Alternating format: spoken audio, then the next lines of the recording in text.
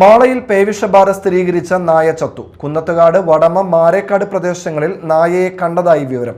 പ്രദേശവാസികൾ ജാഗ്രത പാലിക്കണമെന്ന് ആരോഗ്യവകുപ്പ് അറിയിച്ചു. നായയുമായി സമ്പർക്കത്തിലേർപ്പെട്ടവരും കടിയേറ്റവരും അടിയന്തരമായി ചികിത്സ തേടണമെന്നും അധികൃതർ അറിയിച്ചു. മാള ഗ്രാമപഞ്ചായത്ത് പരിധിയിലെ കുന്നത്തുകാട് വീട്ടിൽ വളർത്തിയിരുന്ന നായയ്ക്കാണ് പേവിഷബാധ സ്ഥിരീകരിച്ചത്. തുടർന്ന് നായ ചത്തു. കുന്നത്തുകാട്, വടമ, മാരേക്കാട് പ്രദേശങ്ങളിൽ പേവിഷബാധ സ്ഥിരീകരിച്ച നായയെ കണ്ടതായി ആരോഗ്യവകുപ്പിന് വിവരം ലഭിച്ചു. ഇതിന്റെ പശ്ചാത്തലത്തിലാണ് പ്രദേശവാസികൾക്ക് ആരോഗ്യവകുപ്പ് ജാഗ്രതാ നിർദ്ദേശം നൽകിയത്. പേവിഷബാധയുള്ള നായയുടെ കടിയേറ്റവർ നായയെ തൊടുകയോ ഭക്ഷണം നൽകുകയോ മറ്റേതെങ്കിലും തരത്തിൽ സമ്പർക്കത്തിൽ ഏർപ്പെടുകയോ ചെയ്തവർ എത്രയും വേഗം ആരോഗ്യ കേന്ദ്രത്തിലെത്തണം. പേവിഷബാധയുള്ള നായയുടെ കടിയേറ്റ മൃഗങ്ങളുമായി സമ്പർക്കത്തിൽ ഏർപ്പെട്ടവരും ചികിത്സ തേടണമെന്ന് ആരോഗ്യവകുപ്പ് അറിയിച്ചു.